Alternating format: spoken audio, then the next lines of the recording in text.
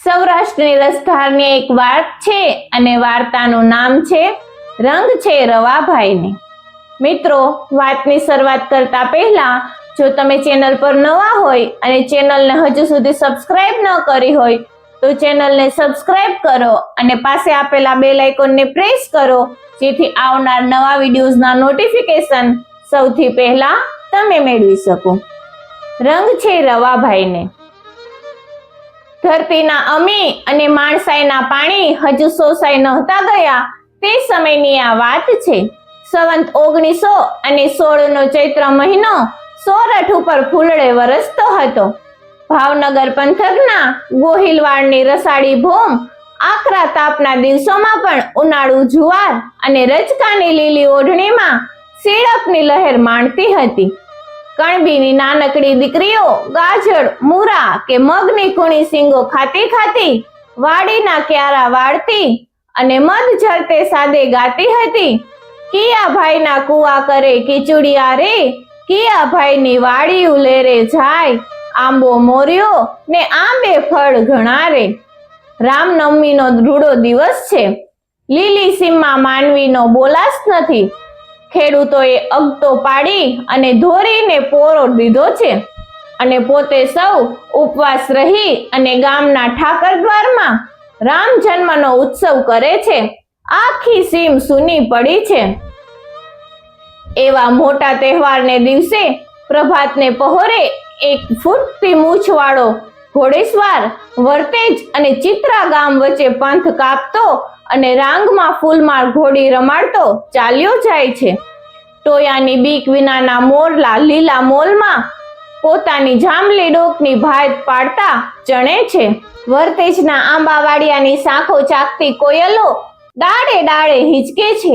આવું સોને મળ્યું સવાર, આવા મહેકતા આંબરણે, ઊંચા ઘાટા ચાસટિયામાંથી ગળાઈને આવતો મીઠો પવન અને દવ પંખીના ટંકાર, પણ ચૈત્ર મહિનાની આ છલકાતી શોભામાં ઘોડેસવારનું મન નથી।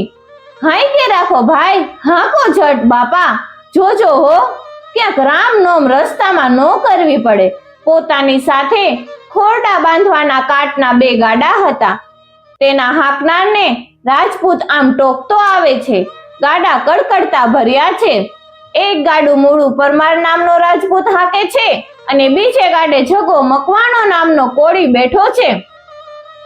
વર્તેજ અને ચિત્રા વચ્ચેના કાળિયા આંબાની નજીક આવે છે ત્યાં રાજપૂતે જોયું કે 25-30 ઉતારું ભરી ને બીજા 3-4 ગાડા ચાલ્યા જાય છે। સ્ત્રી પુરુષોનો આવડો મોટો સંઘ જાતો જોઈ અને અસવારે ઘોડીની લગામ જરા ઢીલી મૂકી અને ચાલ વધારી। પલકવારમાં તો આંબી પણ ગયો। આગેથી એણે સંઘને ઓળખ્યો। લાગ્યું કે આ તો આપણા ગામના ગોરધન શેઠ અને ઓલા રહ્યા એ તો દડવાના ચાંપસી શેઠ। ત્યાં તો સંઘમાંથી પણ સામો અવાજ આવ્યો, ઓહો, આ તો આપણા રવાભાઈ, આ તો બાપુ, આવો તમે ક્યાંથી? જય સ્વામિનારાયણ, જય સ્વામિનારાયણ। ગોરધન શેઠ, ચાંપસી શેઠ, જય સ્વામિનારાયણ। રવાભાઈએ જવાબ વાળ્યો, આપણા ઓરડા ચણાય છે તે એના સાટું કાટ લેવા હું ભાવનગર ગયો હતો। ઠીક થયું, ઠીક, 2-3 શેઠિયા બોલ્યા। અમે સૌ ભાવનગર કારજ ઉપર ગયા તા, ત્યાંથી આજ ઘેર જઈએ છીએ। સાથે 5-7 હજારનું જોખમ છે। સારું થયું કે તમારો ઘર સુધીનો સંગાત થયો। હા ભલે, જો એમ જ હોય તો આપણે સૌ સાથે ચાલશું, પરંતુ મારે હોશિયારી રાખવી પડશે। એમ કહી રવાભાઈએ પોતાના કાટના ગાડા આગળ કર્યા, વચમાં વાણિયાના ગાડા રાખ્યા અને પોતે ઘોડેસવાર થઈ અને પાછળ ચાલ્યા। નદીનો લાંબો પટ વટાવી ને સામે કાંઠે ચડ્યા ત્યારે ચકોર રવાભાઈએ જોયું કે કાળીએ આંબેથી 2 હથિયારબંધ સિંધી લોકો પાછળ પાછળ ચાલ્યા આવે છે। એને જોઈ ને રવાભાઈએ પૂછ્યું, કાં ભાઈઓ, તમે ક્યાં જાઓ છો? સિંધીઓ બોલ્યા, આ સરહદનો અમારો જુંબો છે। કોઈ વટે માર્ગુ સાથે જળ જોખમ હોય તો અમારે તેમની રક્ષા માટે સાથે ચાલવું એવો દરબારી હુકમ છે। આવો જવાબ મળ્યા છતાં રવાભાઈને શંકા તો રહી ગઈ। એણે કહ્યું, તમે હોય તો ભલે, પણ અમારે તમારી જરૂર નથી, કારણ હું રાજપૂત ગરાસ્યો છું અને સાથે છું, માટે તમે તમારે ખુશીથી પાછા વળો. પણ વાણિયા બોલ્યા, એક કરતા બે ભલા, માટે રવાભાઈ બાપુ ભલે ને એ સાથે આવે. રવાભાઈએ વધુ આગ્રહ ન કર્યો અને સૌ રસાલાએ આગળ ચાલવા માંડ્યું. રવાભાઈ કાઠિયાવાડમાં આવેલા પછે ગામના દેવાણી ભયાત વડોદના ભાગીદાર હતા. સૌ ભાવનગરથી આવતા કાળિયા આંબા આગળ સાથે થયા હતા. રોંઢો ઢળ્યો અને સાંજ નમવા માંડી હતી ત્યારે ચોગટ અને ડભાડિયા ગામ વચ્ચે કાળીસર નદી ઉતરી ને સૌ સામે કાંઠે ચડ્યા. તે જ સમયે રવાભાઈની ચકોર અને વહેમેલી આંખોએ બીજા બે શસ્ત્રધારી પુરુષોને રસ્તા, એક તો પ્રથમથી જ સાથે ચાલતા બે હથિયારબંધ માણસો વિશે એને વહેમ હતો જ, અને તેમાં આ બધો મેળ જોઈ અને એની ખાતરી થઈ ગઈ કે આ સાથે ચાલનાર શસ્ત્રધારીઓ ઝુંબેદાર નથી, પણ આ વાણિયાઓ ઉપર હેરું છે. ધીંગાણું કરવાનો વખત આવી પહોંચ્યો છે એમ ધારી અને પોતાની ભેટ કસી તરવારની કોટી છોડી હથિયાર લઈ અને શું થાય છે તે જોતા રવાભાઈ ચૂપચાપ આગળ ચાલ્યા. આડે માર્ગથી આવતા બે હથિયારધારીઓ આગળ બેઠેલા બે આદમીની સાથે ભળી ગયા અને ચારે જણાએ જેવા ગાડા ઢુકડા આવ્યા તેવા જ રસ્તા વચ્ચે ઊભા રહી અને પડકારો કરી અને ગાડા ઊભા રખાવ્યા અને કહ્યું કે અમને આમાં અફીણ હોવાનો શક છે, માટે આ ગાડાઓની ઝડપી લેવા દો. ગાડા અટક્યા એટલે રવાભાઈ ચેતી ગયા. પોતે ઘોડેથી ઉતરી અને પોતાના બંને ગાડાવાળાને સાથે લઈને આગળ વધ્યા અને ઝડપીને બહાર ગાડા અટકાવ્યાનું જાણી આગળ ઉભેલા શસ્ત્રધારીઓને નરમાસથી કહ્યું, ભાઈઓ, આગળના ગામે દરબારી પટેલની રૂબરૂ તમે ખુશીથી તપાસ કરજો, પરંતુ આમ વગડામાં અંતરિયાળ ઝડપી ન હોય, માટે કોરે ખસો અને ગાડા હાલવા દ્યો. આટલું કહેતા કહેતા ઝુંબેદાર તરીકે સાથે ચાલતા બે માણસો માયલો એક બોયલો, દરબાર, તમારા કાટના ગાડાની ઝડપી નથી લેવી, માટે તમે તમારા ગાડા હાંકી અને હાલતા થાઓ અને આ બીજા ગાડાઓની ઝડપી તો લેવી જ પડશે. રવાભાઈ આ પ્રપંચ પામી ગયા. સાથે ચાલતા બંને આદમી ઝુંબેદાર નહીં, પરંતુ આ લૂંટારૂ ટોળીમાં જ માણસો છે એમ ખાતરી થઈ ચૂકી. પોતે બોલ્યા, ભાઈઓ, આ બધાય ગાડા મારા જ છે, કાટના ગાડા કઈ નોખા નથી. તમારી મતલબ હું જાણી ચૂક્યો છું, પણ ભાવનગરની જમણી ભુજામાં ભા દેવાજીનું નામ તમે જાણો છો ને, તેનો જ હું વારસદાર છું, માટે દેહના પ્રાણ જશે ત્યાં સુધી તમારી ઈચ્છા પૂરી નહીં જ પડે. મારા કુળની ખાનદાની અને સુરવીરતાની સાખ ઉપર આ સૌએ મારો સાથ કર્યો છે, એટલે મારે તો અહીં ખપી ગયે છૂટકો છે, માટે હજી હું હાથ જોડીને કહું છું કે ભાઈઓ, જાળવો અને અમને જવા દ્યો. આજે રામનવમી છે, મારે મોંમાં નકરડો ઉપવાસ છે, નાહક મારા જીવને કલેશ થશે, માટે કોરે ખસી જાવ. લૂંટારાઓએ એકબીજાની સામે જોયું. પોતાની સિંધી ભાષામાં એવું કંઈક બોલ્યા એટલામાં એક જણે દરબાર ઉપર ખેરના ધોકાનો છૂટો ઘા કર્યો, પણ સમય સૂચકતા વાપરી એ ઘા ચૂકવી અને રવાભાઈ પોતાના સાથીઓ તરફ બોલ્યા, ભાઈઓ, હું એકલો છું, વળી ઉપવાસી છું, દુશ્મનો વધારે છે, તમે ફક્ત મારી પીઠ સંભાળજો, બાકી તો સ્વામિનારાયણ સહાય કરશે. એટલું બોલી ને રવાભાઈએ તલવાર ખેંચી. વાણિયા તો સૌ બીકથી દૂર ખસી ગયા. સાથેના રાજપૂતોમાંથી રાજપૂતાઈની રજ ઉડી ગઈ, પણ જગો કોળી હાથમાં મોટું આડું લઈ અને દુશ્મનના ઘા ઝીલવા રવાભાઈની પીઠ પાછળ આવી ઊભો. આ બધું એક પળમાં બની ગયું. ધોકાનો ઘા ખાલી જવાથી લૂંટારાઓ વધારે ખીજાય અને રવાભાઈ હજી તૈયારીમાં હતા ત્યાં તો દુશ્મનમાંથી એકે જોરથી રવાભાઈ ઉપર તલવારનો ઘા કર્યો.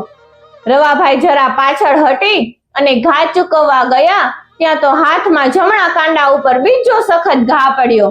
એક તો પોતાનો નકરડો ઉપવાસ હતો, તેમાં પાછા હટતા ઠેસ આવી અને ઉપરથી ઘા પડ્યો, એટલે રાજપૂતનું શરીર લથડ્યું અને લથડતા શરીર પર દુશ્મને તરત જ લાગ જોઈ અને બીજો ઘા કર્યો. પરંતુ ઘણી જ ચપળતાથી એ ઘા ચૂકવી અને પડતા પડતા રવાભાઈએ જોરથી તલવારનો લેખણવટ ઘા કરી અને એકને જમીન દોસ્ત કર્યો અને પોતે પાછા ઊભા થઈ ગયા. એટલામાં બીજા દુશ્મનના માથે તલવારનો ઘા કર્યો. તે પોતાના માથામાં વાગ્યો, પરંતુ તલવારના એક જ ઘાથી એ દુશ્મનને તો પોતે ઠાર કર્યો. આમ એક ઠાર થયો અને એક સખત જોખમાયો. એટલે બાકીના દુશ્મનો ના હિંમત થઈ ગયા અને બંને લાશો ઉપાડી અને જીવ લઈને નાઠા. રવાભાઈની પીઠના કેટલાક ઘા તો જગા કોળીએ આડા ઉપર ઝીલી લીધા હતા, તોય વાસામાં તથા હાથે એમ 2-3 ઘા અને માથામાં એક સખત ઘા લાગેલા જ. છતાં રણ ચડેલા રજપૂતના હાથમાં ખુલ્લી તલવારે દુશ્મનોની પાછળ દોડ્યા. ત્યાં તો વાણિયાઓ વગેરે દોડી અને દરબારને પકડી લીધા. કેટલી વારે માંડ માંડ સુરવીરતાનો ઉભરો શાંત થયો. ત્યારે જ માથાના ઘા વાગ્યાની રવાભાઈને ખબર પડી. રવાભાઈ સ્વામિનારાયણના પાક્કા ભક્ત હતા. પોતે જાણ્યું કે હું હમણાં જ બેભાન થઈ જઈશ, એટલે તરત જ સૌને કહી દીધેલું કે મારા પ્રાણ જાય તો ભલે, પણ મને મારા ભાઈઓ દવા તરીકે દારૂ પાય તો પાવા દેશો નહીં. બધા ઘા ઠર્યા એટલે રવાભાઈ બેસુધ થવા લાગ્યા. એક ગાડું ખાલું કરાવી અને રવાભાઈને ગાડામાં લઈ સૌ ધીમે ધીમે ઘર તરફ રવાના થયા. મોડી રાત્રે સૌ વડોદ આવી પહોંચ્યા. રવાભાઈની માતાને દીકરો ઘવાયાની ખબર પડી.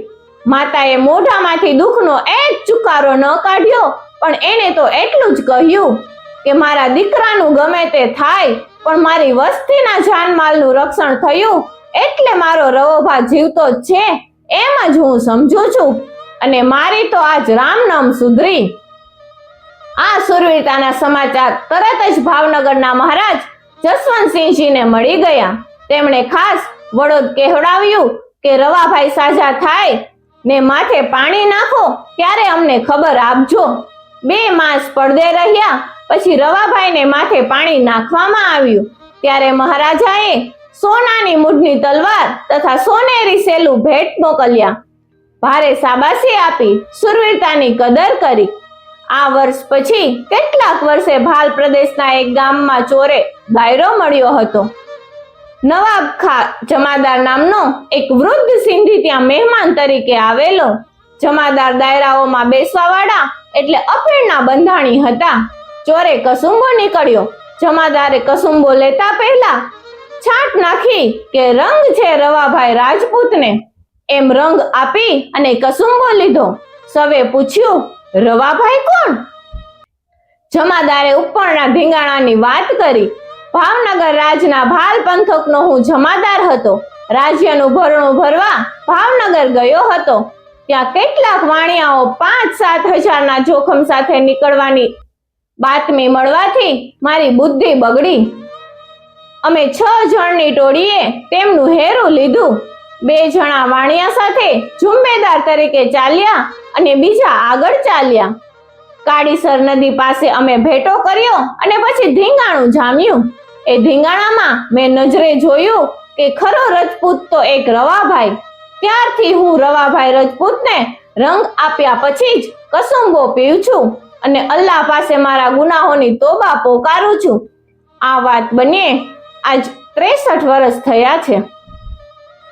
મિત્રો, આ હતી એક લોકવાર્તા. જો તમે આવી જ બીજી કોઈ પણ લોકવાર્તા સાંભળવા માંગતા હોય તો ચેનલને જરૂરથી સબસ્ક્રાઇબ કરી દેજો.